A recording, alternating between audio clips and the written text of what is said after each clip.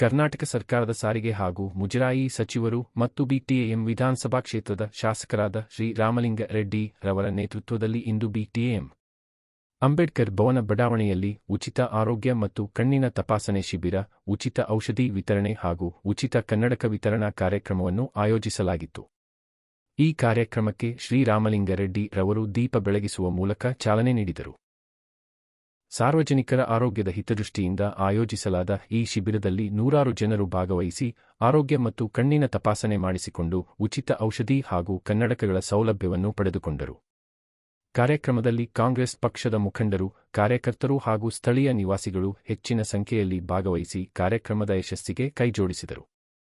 ಆರೋಗ್ಯ ಸೇವೆಗಳನ್ನು ಜನಸಾಮಾನ್ಯರಿಗೆ ತಲುಪಿಸುವ ನಿಟ್ಟಿನಲ್ಲಿ ಆಯೋಜಿಸಲಾದ ಈ ಶಿಬಿರಕ್ಕೆ ಸಾರ್ವಜನಿಕರಿಂದ ಉತ್ತಮ ಸ್ಪಂದನೆ ವ್ಯಕ್ತವಾಯಿತು.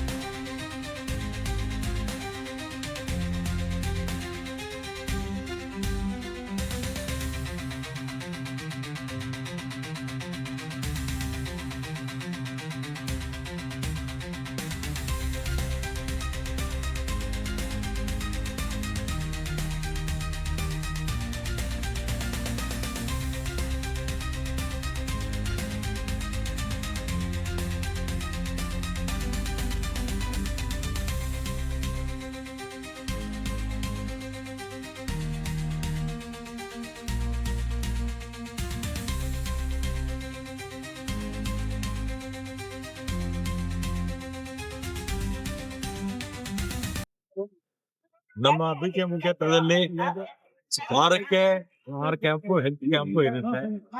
ಜನರಿಗೆ ವಾಹನ ಇಂದಿರಾ ಗಾಂಧಿ ಹೆಸರಲ್ಲಿ ಸುಮಾರು 2001ರಿಂದ ಪ್ರಾರಂಭ ಮಾಡಿದ್ದು. ಸುಮಾರು 5 ವರ್ಷ ತಪ್ಪಾಗಿ 52 ವಾರದಲ್ಲಿ ಒಂದು ವಾರಕ್ಕೆ 6 ದಿನ ಕ್ಯಾಂಪ್ಸ್ ಇರುತ್ತೆ.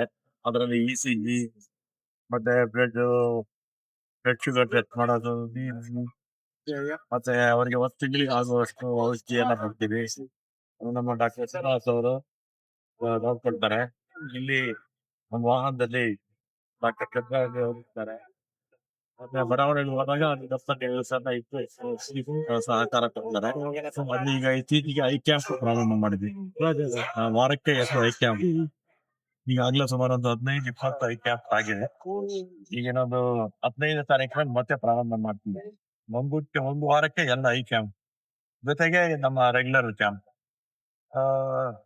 ಬೇರೆ ದಿನಗಳಲ್ಲಿ 70-100 ಜನದವರೆಗೂ ಬರ್ತಾರೆ. ಐ ಕ್ಯಾಂಪು ಮತ್ತೆ ನಮ್ಮ ಇಂದಿರಾ ಕ್ಲಿನಿಕ್ ಎರಡೂ ಸೇರಿದ್ರೆ 250-300 ಜನ ಒಳ್ಳೆ ಜನ ಬಂದು ಅವರಿಗೆ ಇರ್ತಕ್ಕಂಥ ಕಾಯಿಲೆಗಳೆಲ್ಲ ಗುಣಪಡಿಸ್ಕೊಳ್ತಾ ಇದ್ದಾರೆ. ಅದು ನಮ್ಮ ಎಲ್ಲ ಬಿಟಿಎಂ ಕ್ಷೇತ್ರದ ಎಲ್ಲ ನಮ್ಮ ಮುಖಂಡರು ಎಲ್ಲ ಸಹಕಾರದಿಂದ ಮತ್ತೆ ಲಯನ್ಸ್ ಕ್ಲಬ್ ಅವರು ಕೂಡ ನಮ್ಗೆ ಸಹಕಾರ ಕೊಡ್ತಾರೆ. ಅವರಿಗೂ ಕೂಡ ಧನ್ಯವಾದ. ಬಿಟಿಎಂ ಕ್ಷೇತ್ರದ ರಾಮಲಿಂಗ ರೆಡ್ಡಿ ಬಿಟಿಎಂ ಕ್ಷೇತ್ರದ ಕಾಂಗ್ರೆಸ್ ಕಾರ್ಯಕರ್ತರು ನಾವು ಈ ರಾಜ್ಯದ ಮುಖ್ಯಮಂತ್ರಿ ಆಗ್ತಾರೆ. ಈಗ ಡಿ ಕೆ ಶಿವಕುಮಾರ್ ಮಾನ್ಯ ನಮ್ಮ ಬೆಂಗಳೂರು ಭಾಗದವರ ಹರಿಪುರದವರು ಅದು ಒಂದು ಹೆಮ್ಮೆ. ಅದರಲ್ಲಿ ನಮ್ಮ ರಾಮಲಿಂಗರೆಡ್ಡಿ ಸಾಹೇಬರಿಗೆ ಬೆಂಗಳೂರು ಉಸ್ತುವಾರಿ ಸಿಕ್ಕಿದೆ, ಅದು ನಮ್ಮ ಹೆಮ್ಮೆಯಿಂದ ಹೇಳ್ಕೋಬಹುದು. ಬೆಂಗಳೂರುಗಾರಿಗೆ ಇನ್ನು ಯಾವುದೇ ಸಮಸ್ಯೆ ಕಾಣಲಿಲ್ಲ, ಏನು ಇದ್ದಿಲ್ಲ. ಮೂಲೆ ಮೂಲೆಯಿಂದ 4 ಮೂಲೆಗೂ ಗೊತ್ತಿದೆ ರಾಮಲಿಂಗರೆಡ್ಡಿ ಸಾಹೇಬರಿಗೆ. ಅಭಿವೃದ್ಧಿ ಆಗೋದು, ಫ್ಲೈಓವರ್ ಆಗ್ಬೋದು, ಟ್ರಾಫಿಕ್ ಸಮಸ್ಯೆ ಆಗ್ಬೋದು, ಗಾರ್ಬೇಜ್ ವಿಷಯ ಆಗ್ಬೋದು, ಯಾವುದೇ ಆಗೋದು ಅವ್ರು ತುಂಬಾ ಈಸಿಯಾಗಿ ಮೇಂಟೈನ್ ಮಾಡ್ತಾರೆ. ಈಗ ಆಲ್ರೆಡಿ ಮುಜರಾಯಿ ಇಲಾಖೆ ಕೊಟ್ಟಿದ್ರು, ಅದು ಬಹಳ ಮುತುವರ್ಜಿಯಾಗಿ ಕೆಲಸ ಮಾಡ್ಕೊಂಡು ಅವ್ರು ಮೊನ್ನೆ 6 ಪ್ರಾಧಿಕಾರ ಮಾಡಿದ್ರು, ಬಹಳ ಉತ್ತಮವಾದ ಕೆಲಸ ಮಾಡಿದ್ರು. ಕಾಲಕ್ಕೆ ಯಾರು ಮಾಡಿರ್ಲಿಲ್ಲ. ಹೀಗಾಗಿ ಇನ್ನ ಮುಂದಕ್ಕೆ ಒಡರಿರ್ತಿಲ್ಲ ಆಗತ್ತೆ. ಈ 2 ವರ್ಷ ಮುಗಿದ್ಮೇಲೆ ಈಗ ಏನು ಸಿದ್ದರಾಮಯ್ಯ ಅವರು, ಅವರು, ಎಸ್.ಎಂ. ಕೃಷ್ಣ ಅವರು ಎಲ್ಲಾ ಸಚಿವ ಸಂಪುಟದಲ್ಲಿ ರಾಮಲಿಂಗಾರೆಡ್ಡಿ ಅವರು ಕೆಲಸ ಮಾಡಿದ್ದಾರೆ. ಈ ಮುಂದಿನ 2 ವರ್ಷ ಆದ್ಮೇಲೆ 28 ಎಲೆಕ್ಷನ್ ಬಂದಾಗ ಸತತವಾಗಿ ನಾನು ಕಾಂಗ್ರೆಸ್ ಹೈಕಮಾಂಡ್ ಎಲ್ಲಾ ಮುಖಂಡರು ಕೇಳ್ಕೊಳ್ಳೋದ ನಮ್ಮ ರಾಮಲಿಂಗಾರೆಡ್ಡಿನ ಮುಖ್ಯಮಂತ್ರಿ ಮಾಡ್ಬೇಕಂತ ನನ್ನ ವಿನಂತಿ.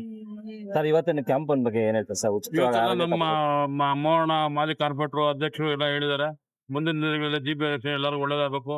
ನಾವೆಲ್ಲ ಪಬ್ಲಿಕ್ ಪರವಾಗಿದ್ದೀವಿ, ಪಬ್ಲಿಕ್ ಕೆಲಸ ಮಾಡ್ತೀವಿ, ಯಾವತ್ತೂ ಮಾಡ್ಕೊಂಡು ಹೋಗ್ತಾ ಇದೀವಿ. ನಮಗೆ ಸಚಿವರು ರಾಮಲಿಂಗಾರೆಡ್ಡಿ ಅವ್ರ ಸಹಕಾರದಿಂದ ಎಲ್ಲ ಒಂದು ಚೆನ್ನಾಗಿ ಬೆಳೆಸ್ಕೊಂಡು ಹೋಗ್ತೇವೆ.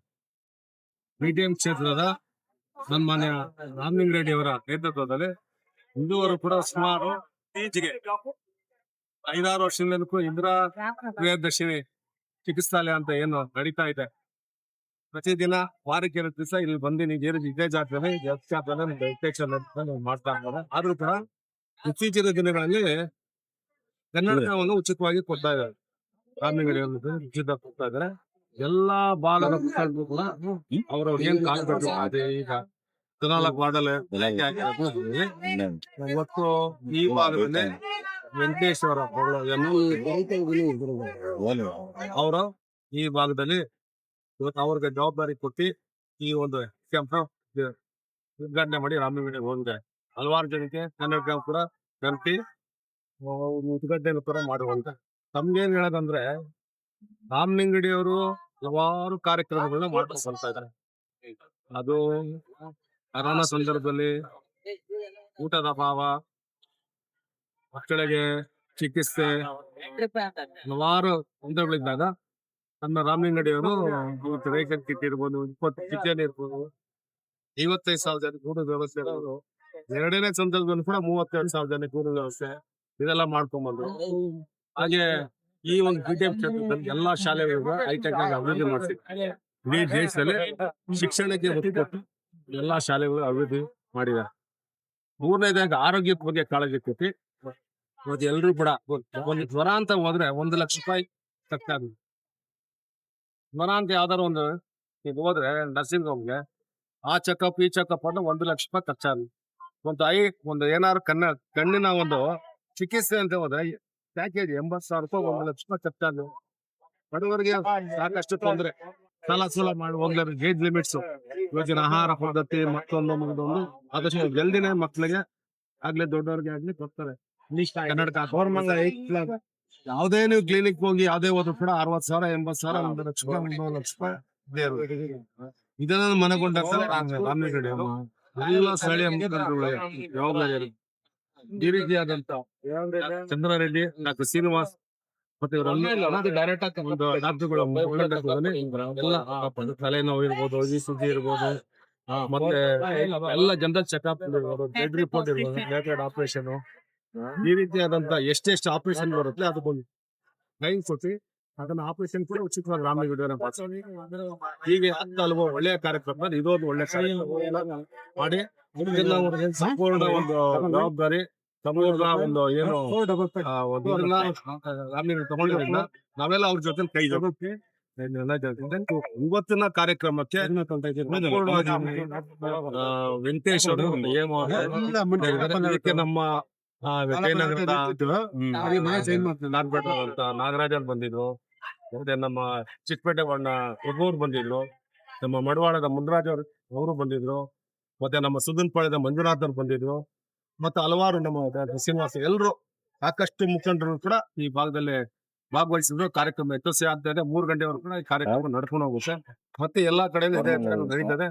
ನಮ್ಮ ವೆಂಕಟೇಶ್ವರ್ ಮತ್ತೆ ಮತ್ತೊಂದು ರಾಜೇಂದ್ರ ನಗರ ಅಲ್ಲೂ ಕೂಡ ಎಲ್ಲರೂ ಭಾಗವಹಿಸಬೇಕು ಅಂತ ನಾವು ಕೇಳ್ಕೊಂಡು NGB ರಾಜೇಂದ್ರ ನಗರ ಎಲ್ಲ ಒಂದೇ ವಾರ್ಡ್ ಈಗ ಅಲ್ಲಾಗ್ತಾರೆ ಅಲ್ಲಿ ಎಲ್ಲ ಭಾಗವಹಿಸಬೇಕು ಅಂತ ನಾನು ಎಲ್ಲ ಜನರ ಪರವಾಗಿ ಕೇಳ್ತೇನೆ. Okay sir. ಇವತ್ತು ನೂತನವಾದ 3 ವರ್ಷ ಕಂಪ್ಲೀಟ್ ಆಗಿ ಸಿದ್ದರಾಮಯ್ಯ ಸರ್ಕಾರ ಅವರ ರಾಜೀನಾಮೆ ತೆರವಾದಂತ ನಂತರ ಸನ್ಮಾನ್ಯ ಮುಖ್ಯಮಂತ್ರಿಗಳಾದ DK ಶಿವಕುಮಾರ್ ನಮ್ಮ ಆತ್ಮೀಯರು, ನಾವೆಲ್ಲ ಸತ್ಯಾಲಯ ರಾಜಕೀಯ ಮಾಡ್ತಾ ಇದ್ದಂತಹ ಅವ್ರಿಗೆ ಇವತ್ತು ಮುಖ್ಯಮಂತ್ರಿ ಪಟ್ಟ ಒಂದರಿಂದ ಅವ್ರಿಗೆ ತುಂಬೂರದಿಂದ ಅಭಿನಂದಿಸ್ತಾರೆ. ಅದೇ ರೀತಿಯಾಗಿ ಅವರ ಜೊತೆಯಲ್ಲಿ ಇರೋದು ಕೇಂದ್ರದ ಸಚಿವರುಗಳು ಸಾಕಷ್ಟು ಜನ ಎಲ್ಲರೂ ಭಾಗವಹಿಸ್ತಾರೆ. ನಮಗೆ ಏನಂದ್ರೆ ಸನ್ಮಾನ್ಯ ರಾಮಲಿಂಗಾರೆಡ್ಡಿ ಅವರು ಆ ಕ್ಯಾಬಿನೆಟ್ ಸಚಿವರಾಗ್ತಾರೋದ್ರಿಂದ ಇದರ 5ನೇ ಬಾರಿ ಸಚಿವರಾಗ್ತಾರೆ. 1992ರಲ್ಲಿ ಮೊದಲನೇ ಸಚಿವರಾದ ವೀರಪ್ಪ ಸಿದ್ದರಾಮಯ್ಯ ಅವರು ಕ್ಯಾಬಿನೆಟ್ 2 ಸಲ ಸಚಿವರಾಗಿದ್ರು. ಈಗ ಧರ್ಮಸಿಂಗ್ ಕ್ಯಾಬಿನೆಟ್ ಈಗ ಎಲ್ಲಾ ಕ್ಯಾಬಿನೆಟ್ ಸಚಿವರಾಗಿದ್ದಾರೆ. ಈಗ DK ಶಿವಕುಮಾರ್ ಅವ್ರ ಜೊತೆ ಕೂಡ ಅವರು 8 ಬಾರಿ ಗೆದ್ದಿದ್ದಾರೆ, 108 ಬಾರಿ ಗೆದ್ದಿದ್ದಾರೆ. ಉತ್ತಮವಾದಂತ ಸಚಿವರಾಗ್ತಾ ಇರೋದ್ರಿಂದ ನಮ್ದು ಬೆಂಗಳೂರಿನಲ್ಲಿ ಮಹಾನಗರ ಪಾಲಿಕೆ GBA ಚುನಾವಣೆಗಳು 5 ಚುನಾವಣೆ ಇರೋದ್ರಿಂದ ಸಾಕಷ್ಟು ಸಮಸ್ಯೆಗಳಿದೆ. ಬೆಂಗಳೂರು ನಗರದಲ್ಲಿ ವೆರಿಫಿಕೇಶನ್ ಕಾರ್ಡ್ ಇರ್ಬೋದು, ಮತ್ತೆ ಮನೆಗಳಿಗೆ 4.5 ಲಕ್ಷ ಪೆಂಡಿಂಗ್ ಇದೆ ಇರುತ್ತಿರೋದು. ಹಾಗೆ ಮತ್ತೊಂದೇನಂದ್ರೆ ಬೈಫರ್ಕೇಶನ್ ಖಾತೆ, OCCC, ಈ 3 ಸಮಸ್ಯೆಗಳಿಂದ ಇವೆಲ್ಲವೂ ಕೂಡ ರಾಮಲಿಂಗಾರೆಡ್ಡಿ ಗೊತ್ತಿದೆ. ಬೆಂಗಳೂರಿನ ಸಮಸ್ಯೆಗಳು ಯಾವ ರೀತಿ ಬಗೆಹರಿಸಬೇಕು ಅಂತ ಮೊದಲಿಂದನೂ ಅವರು ಹಿರಿಯರು ಅನುಭವಿ, ಅದಕ್ಕೋಸ್ಕರ ಅವ್ರು ಬಗೆಹರಿಸ್ತಾರೆ ಅಂತ ನಮ್ಮ ಆಶ್ವಾಸನೆಗಳಿದೆ. ಮಹಾನಗರ ಪಾಲಿಕೆ 5 GBA ವಾರ್ಡ್ ಅನ್ನು ಕೂಡ ರಾಮಲಿಂಗಾರೆಡ್ಡಿ ಸಂಸದರಾಗ್ತಾರೆ. 5 GBA ವಾರ್ಡ್ ಕೂಡ ನಾವು ಖಂಡಿತವಾಗ್ಲೂ ಕೂಡ ಕಾಂಗ್ರೆಸ್ ಪಕ್ಷಕ್ಕೆ ವಶ ಆಗುತ್ತೆ ಅಂತ ಸಂಶಯನೇ ಇಲ್ಲ ಅಂತ ಹೇಳ್ಬಿಟ್ಟು ಅವರು ಕೂಡ ರಾಮಲಿಂಗಾರೆಡ್ಡಿಗೂ ನಾವು ಅಭಿನಂದಿಸ್ತಾ ಇದ್ವಿ. ಹಾಗೆ ನಮ್ಮ ಕ್ಯಾಬಿನೆಟ್ ಅಲ್ಲಿ ಇವತ್ತು ಯಾರ್ಯಾರು ಕ್ಯಾಬಿನೆಟ್ ಸದಸ್ಯರಾಗ್ತಾರೆ ಎಲ್ಲರೂ ಕೂಡ ನಾವು ಅಭಿನಂದನೆ ನಮ್ಮ PTM ಕ್ಷೇತ್ರದ ಪರವಾಗಿ ಅಭಿನಂದಿಸ್ತಾರೆ.